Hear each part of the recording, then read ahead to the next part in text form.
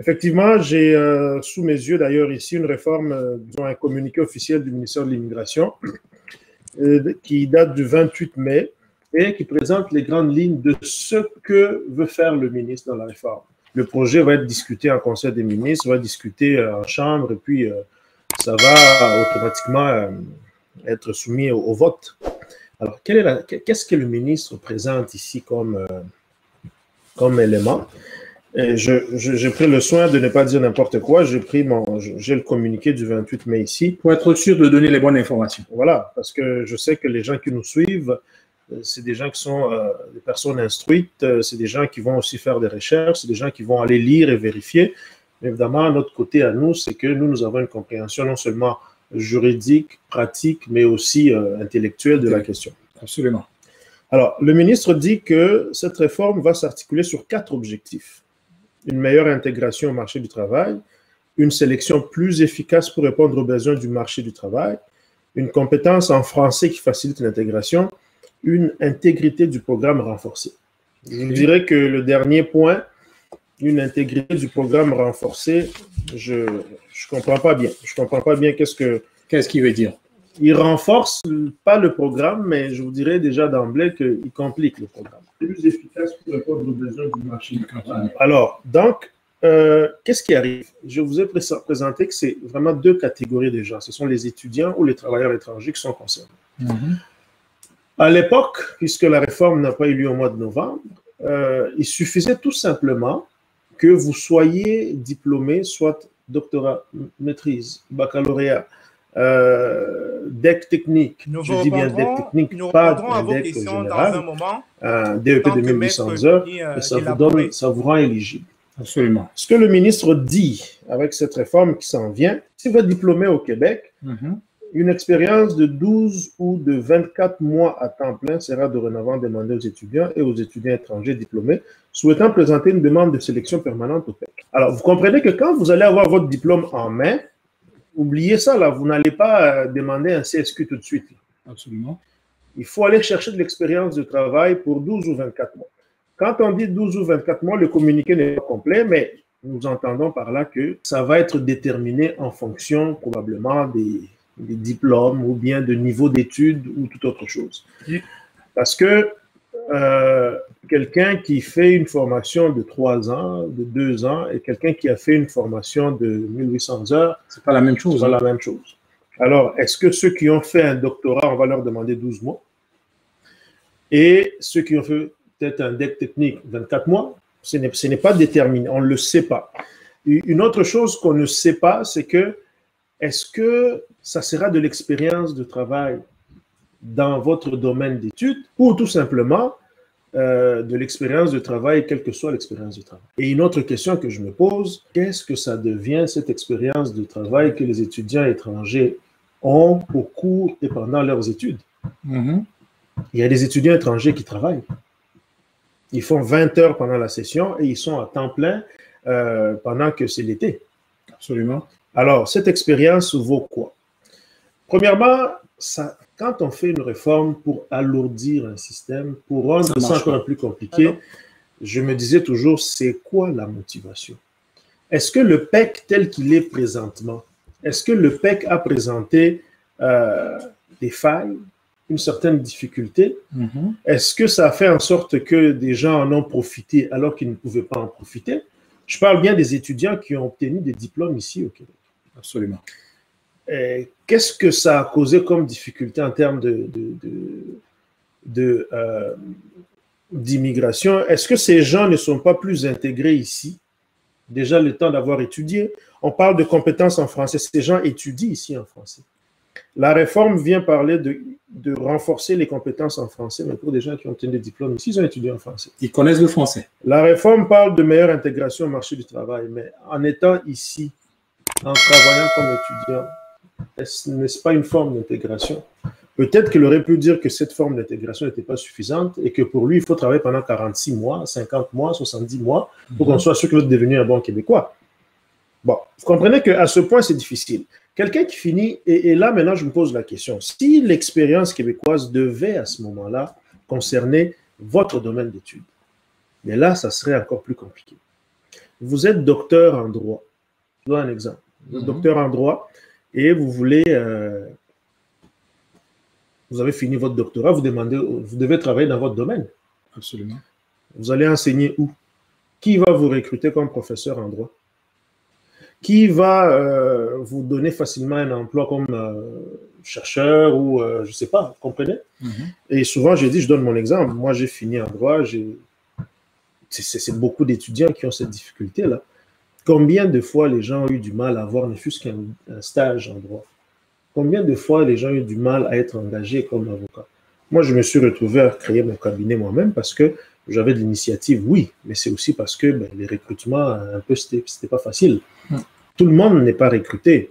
On peut bien dire que les critères, il y a des critères de recrutement, mais c'est assez difficile. J'espère du moins que l'expérience ne sera pas une expérience liée au domaine d'études. Parce que si c'est lié au domaine d'études, combien de gens ont fini en sciences politiques et qui ont eu un emploi dans leur domaine? Ces gens vont finir où? Et autre chose, si certains domaines,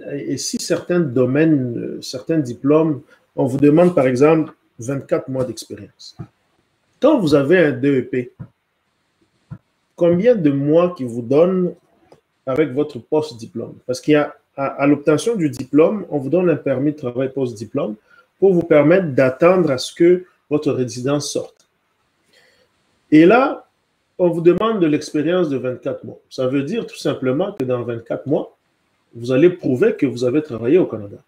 Mais si vous n'avez même pas un permis de travail de 24 mois, c'est difficile. Ça veut dire que vous aurez étudié ici, vous aurez dépensé de l'argent, on va vous donner un permis post-diplôme, et après avoir obtenu le permis post-diplôme, vous n'aurez même pas l'opportunité d'avoir un permis de travail, un CSQ. Parce qu'il faudra prouver aussi. Quand le post-diplôme expire, on ne le renouvelle pas. Il faudra encore que tu retombes dans une demande pour travailleurs étrangers. Et là, il faudrait qu'un employeur puisse dépenser des montants d'argent pour t'engager, toi, un étranger. Alors, vous voyez que ça va de mal en pis. Ça va de mal en pis. Donc, moi, je considère que c'est tout simplement déposer, mettre les gens dans une situation assez compliquée. Mettre les gens dans une situation assez compliquée, alors que ça aurait été plus facile. Et puis, je me pose une autre question. Cela me revient, là, Flora. Vous êtes étudiant. Le programme du PEC, c'est pour permettre à ceux qui ont obtenu un diplôme au Québec de déposer dans le PEC. Mais si ils vont passer par un permis post-diplôme, de l'expérience qui va être obtenue par un permis post-diplôme, dans ces cas, ils ne sont plus en train de demander comme étudiants. Ça veut dire que la catégorie étudiant est en train de mourir. Je veux recadrer, c'est parce que le sujet présentement, c'est le PEC. Le PEC concerne ceux qui sont ici, qui ont de l'expérience ou des études ici au Québec spécialement. Ceux qui sont à l'étranger, je vais juste le présenter différemment. Alors, il faut venir au Canada. Soit que vous avez un visa de visiteur, vous venez au Canada, vous pouvez changer votre statut en travailleur, puis demander la résidence après. Ou bien, vous pouvez demander un visa de travail, c'est-à-dire qu'avec votre qualification, un employeur est intéressé, il vous fait des démarches, puis vous venez au Canada. Ou vous pouvez faire le système d'immigration de résidence permanente, soit au fédéral ou au Québec. Alors, programme régulier des travailleurs qualifiés au Québec ou un programme de travailleurs qualifiés fédéraux. Donc, ces gens-là ont ces programmes-là qu'ils peuvent exploiter et qui peuvent leur permettre tout simplement d'immigrer au Québec. Qu'est-ce qui est prévu pour les travailleurs étrangers? Effectivement, une expérience de travail accrue. Alors, il faut bosser dur. Il faut bosser dur. Alors, les travailleuses et travailleurs étrangers temporaires devront désormais cumuler une expérience de travail de 36 mois à temps plein au cours des 48 mois qui précèdent la demande. 36 mois, c'est 3 ans. Vous arrivez ici, vous venez travailler pour quelqu'un ou pour plusieurs autres personnes, il faut prouver 3 ans de travail pour que l'expérience soit reconnue. Et actuellement, c'est 12 mois. Une année de travail, c'était suffisant. Et là, je ne sais même pas, est-ce que le ministre va préciser est-ce que ça sera dans certains emplois qui va classer? Parce qu'il existe une classification nationale des professions qui classe les emplois selon la norme 0, A ou B ou C ou D, en fonction des spécialités. Quand vous êtes à D, vous faites peut-être entretien ménager ou la plonge, par exemple. Et là, est-ce que ça sera... Le communiqué ne le dit pas. On ne nous dit pas qu'ils vont sélectionner en fonction des types de travail.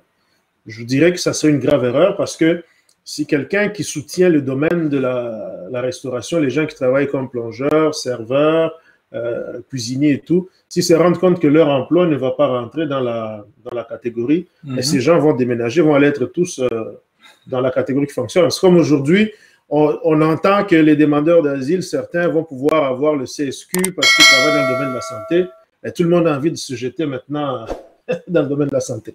Donc, c'est 36 mois. Et un autre commentaire que je fais, qui a un permis de travail de 36 mois? Qui on recrute avec un permis de travail de 36 mois? Les emplois à bas salaire, c'est 12 mois.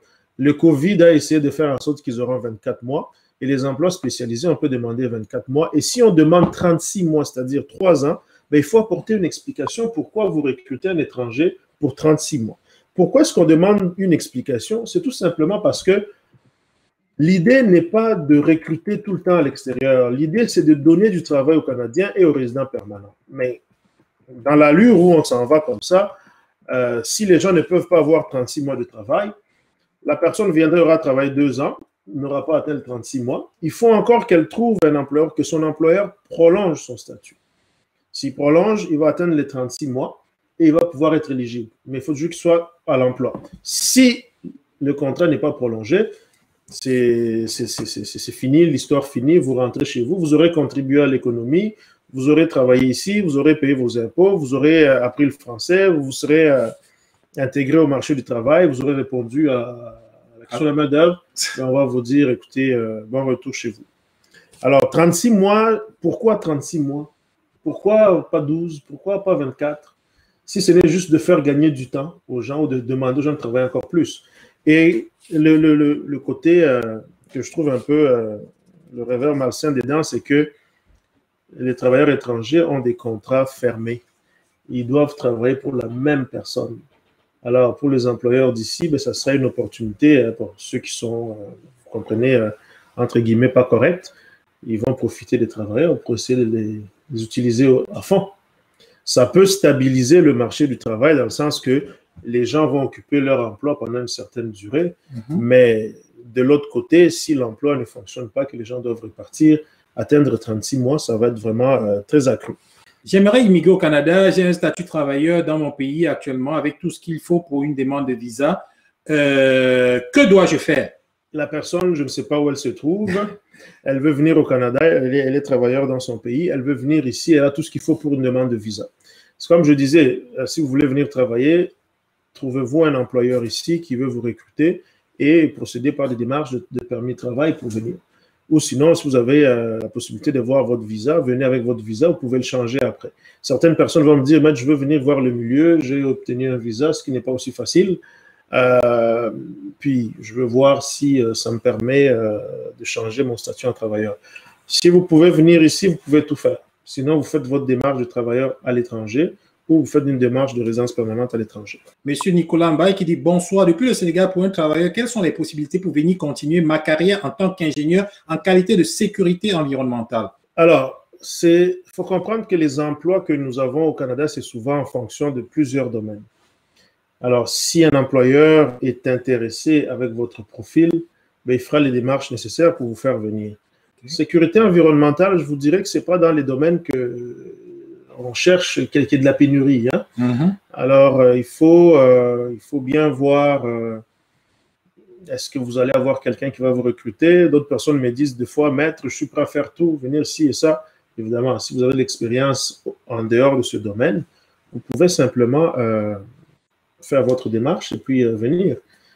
Si votre domaine n'est pas dans les domaines de pénurie, ça va prendre beaucoup de temps. Du temps, mais aussi il faudra que vous acceptiez de pouvoir travailler dans d'autres domaines. Alors vous, j'espère que vous êtes quand même assez assez content parce que il faut dire que c'est presque, c'est pas exactement ça, mais c'est presque de la consultation gratuite que vous êtes en train d'avoir.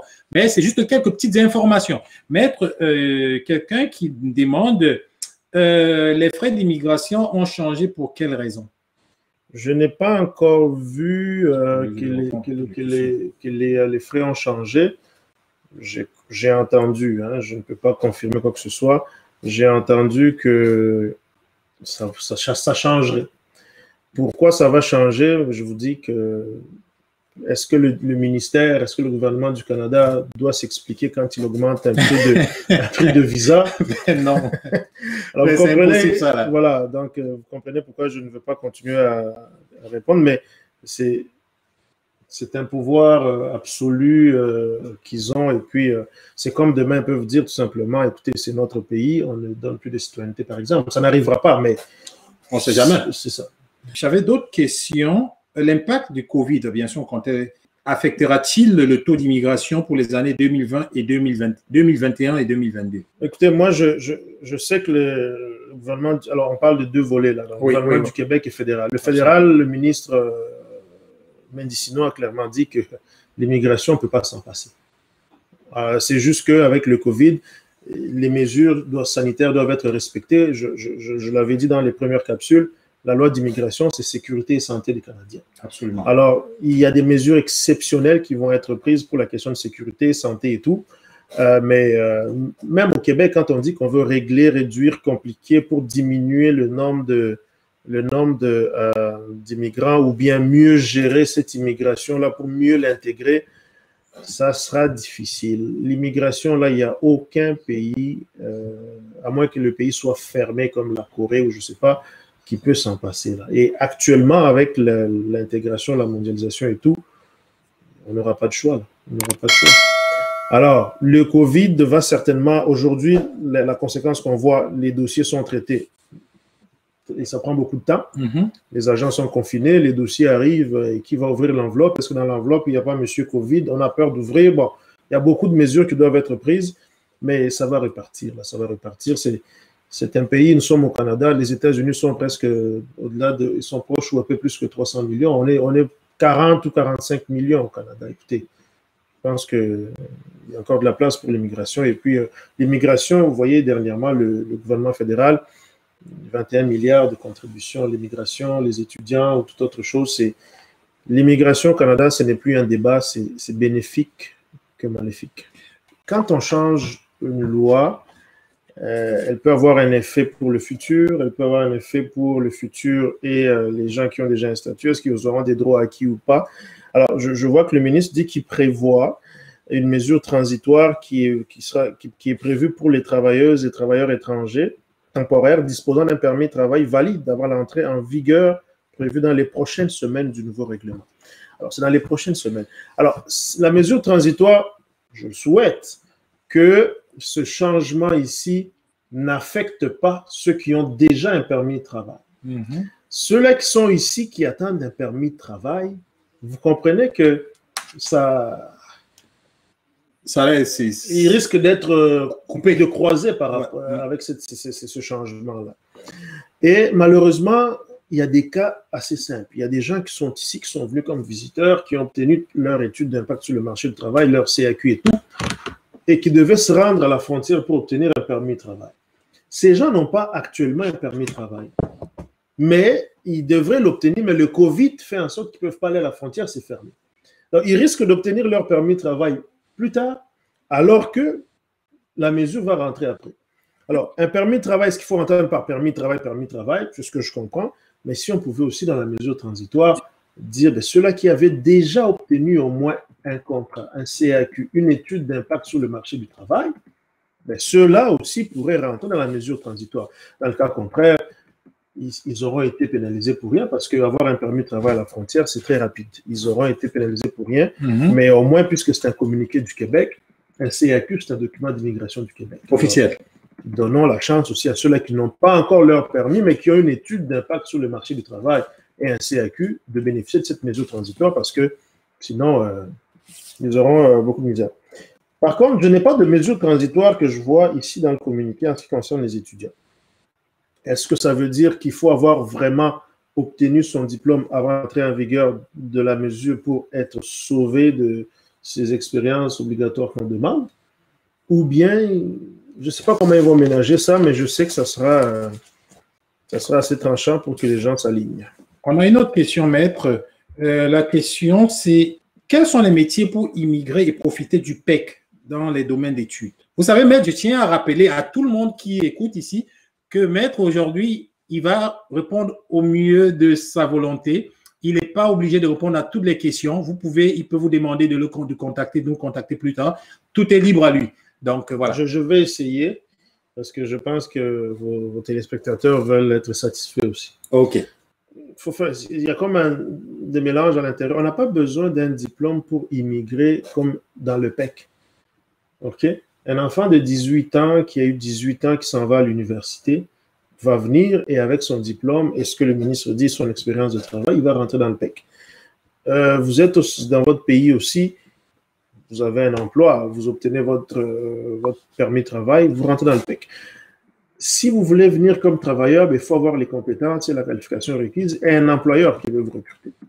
Si vous voulez venir étudier, même si vous avez déjà des diplômes, certains font ça juste pour dire « je m'en vais pour m'aider à avoir les papiers ». Mais vous comprenez que ça devient de plus en plus long d'avoir ce papier-là. Ce n'est plus je viens étudier, puis ça va vite. Là. Et je crains encore que, je le redis, que certaines personnes aillent chercher ailleurs parce que il y a des provinces qui intègrent rapidement et plus facilement. Donc on n'a pas besoin d'un domaine d'études pour que ça rentre dans le PEC. Il faut juste venir étudier. Il faut trouver une façon de rentrer et ensuite… Vous étudiez ou vous travaillez, puis vous rentrez dans les conditions. Est-ce qu'on peut changer un visa visiteur comme statut résident? Ça se voit que vous ne suivez pas les vidéos. Allez vraiment vous abonner à la page YouTube de Diaspora Interaction parce que Maître nous a déjà donné beaucoup de capsules où il donne des réponses très claires à vos questionnements. C'est des domaines, par exemple, cette question-là. C'est des domaines compliqués, ça, oui. Est-ce qu'on peut changer un visa visiteur en statut résident? Maître avait répondu à cette question dans l'une des capsules qui est sur la page YouTube de Diaspora Interaction. Et en passant, j'aimerais saluer notre partenaire, monsieur le Chouapi de Immigration Entrepreneuriat, qui, à cause des questions techniques, pour le moment, ne parvient pas à parler, mais il est avec nous. Et vous regardez, bien sûr, aussi cette vidéo en direct à partir de sa page. Quelques secondes pour répondre à ça. OK. Très simple pour ceux qui nous écoutent. Au Canada, il y a 3 ensembles. Étrangers, résidents permanents, citoyens canadiens. Si vous n'êtes pas résident permanent ou citoyen canadien, vous êtes un étranger.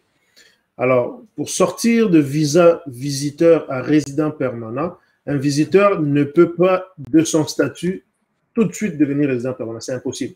Pour soit qu'il transite par un autre statut, étudiant ou travailleur, ou qu'il se fasse parrainer, ou qu'il ait demandé l'asile, et là, il peut aller dans un autre ensemble.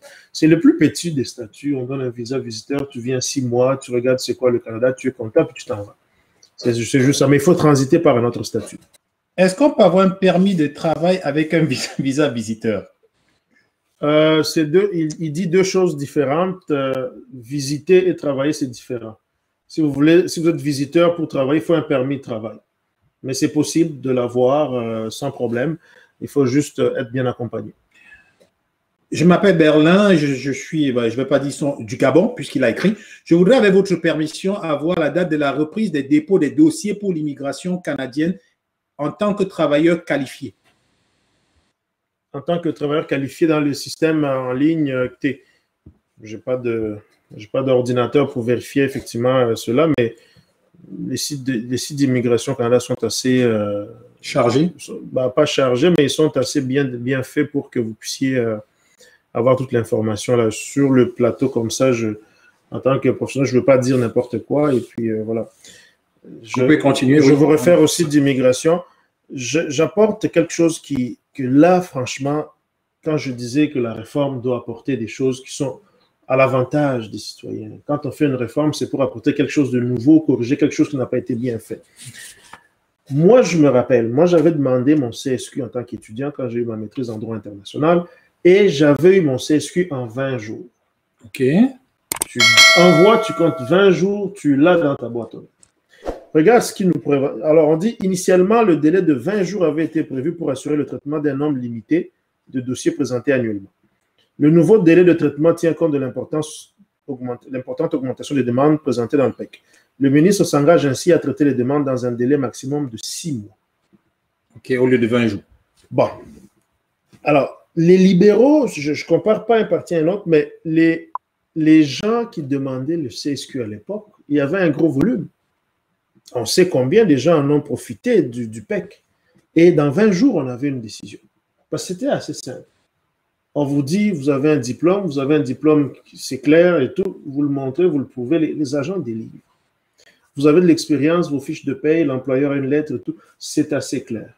Mais si vous devez attendre 6 mois, regardez, quand je compare deux programmes, travailleurs qualifiés réguliers, qui procède par Arima, mon projet Québec, et qui va jusqu'à la résidence permanente, je dis aux gens environ 18 mois à 2 ans.